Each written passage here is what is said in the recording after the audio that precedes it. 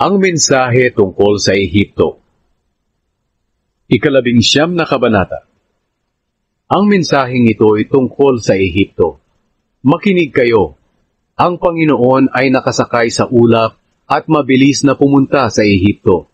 Nanginginig sa takot ang mga Diyos-Diyosa ng Ehipto at kinakabahan ang mga Ehipsyo. Sinabi ng Panginoon, "Pag-aawayin ko ang mga taga-Ehipto. Kapatid laban sa kapatid, kapitbahay laban sa kapitbahay, lungsod laban sa lungsod, at kaharian laban sa kaharian. Masisiraan ng loob ang mga taga-Ehipto, at guguluhin ko ang mga plano nila. Sasangguni sila sa mga Diyos-Diyosan, sa kaluluwa ng mga patay, sa mga mangkukulam at mga espiritista. Ipapasakop ko sila sa isang malupit na hari." Iyon nga ang sinabi ng Panginoong makapangyarihan. Matutuyo ang ilog ng Nilo. Ang mga sapa at mga batis na dinadaluyan nito ay babaho at matutuyo. Malalanta ang mga tambo at mga talahib, ang lahat ng tanim sa pampang ng ilog. Matutuyo at titigas ang lupa, malapit sa ilog ng Nilo, at mamamatay ang mga halaman dito. Iiyak, maghihinagpis, at manghihina ang mga mangingisda sa ilog ng Nilo, at malulungkot ang mga gumagawa ng mga telang linen. Manlulumo ang mga manghahabi, at ang iba pang mga manggagawa. Hangal ang mga pinuno ng Zoan. Kinikilala silang mga pinakamatalinong tagapayo ng Paraon, pero ang kanilang mga payo ay walang kabuluhan. Paano nila nasabi sa Paraon, "Lahi kami ng matatalino at ng mga hari noong unang panahon"? Paraon, nasaan na ngayon ang matatalino mong tao? Kung talagang matatalino sila, itanong mo kung ano ang plano ng Panginoong makapangyarihan para sa Ehipto.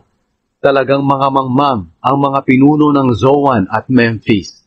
Madali silang malinlang. Silang mga pinuno ang siyang dapat sanang manguna sa mga mamamayan ng Ehipto. Pero sila pa ang luminlang sa kanila. Ginugulo ng Panginoon ang isip ng mga Ehipsyo. Pamali-mali ang mga hakbang na kanilang ginagawa. Para silang mga lasing na pasuray-suray at nagsusuka. Walang sino man sa buong Ehipto, mayaman man o mahirap, marangal man o aba, ang makakatulong sa kanyang bansa. Sa mga araw na iyon, ang mga taga-Ehipto ay magiging mahina na parang babae. Manginginig sila sa takot sa parusang ihahatol sa kanila ng Panginoong makapangyarihan. Matatakot sila sa Huda, kahit marinig lang nila ang pangalan nito. Mangyayari ito sa kanila, dahil sa plano ng Panginoong makapangyarihan laban sa kanila. Sa araw na iyon, 5 lungsod ng Ehipto ang susunod sa Panginoong makapangyarihan, at magsasalita sila sa wikang Hebreyo. Isa sa mga lungsod na ito ay tatawaging lungsod ng araw. Sa araw na iyon, itatayo ang isang altar para sa Panginoon sa lupain ng Ehipto, at itatayo ang isang ala-alang bato sa hangganan nito. Magiging tanda ito at patunay na naroon ang Panginoong makapangyarihan sa lupain ng Ehipto. Kung ang mga taga-Ehipto ay hihingi ng tulong sa Panginoon, sa dahilang pinapahirapan sila ng mga umaapi sa kanila, padadalhan sila ng magliligtas at kakalinga sa kanila. Ipapakilala ng Panginoon ang kanyang sarili sa kanila, at sa araw na iyon ay kikilalanin nila ang Panginoon. Sasambahin nila siya sa pamamagitan ng sari-saring mga handog.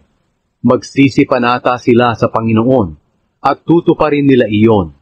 Parurusahan ng Panginoon ng salot ang mga taga-Ehipto, pero pagagalingin din niya ang mga ito. Dudulog sila sa Panginoon, at didinggin niya ang mga dalangin nila, at pagagalingin sila. Sa araw na iyon, magkakaroon ng malapad na daan mula sa Ehipto papuntang Assyria. Ang mga taga-Ehipto at mga taga-Assyria ay magpaparuot parito sa Ehipto at sa Assyria, at magkasama silang sasamba. Sa araw na iyon, magsasama ang Israel, Ehipto at ang Assyria, At ang tatlong bansang ito ay magiging pagpapala sa buong mundo. Pagpapalain sila ng Panginoong makapangyarihan at sasabihin, pinagpapala ko ang mga taga-Ehipto na aking mga mamamayan, ang mga taga-Assyria na aking nilalang, at ang mga taga-Israel na pagmamay-ari ko.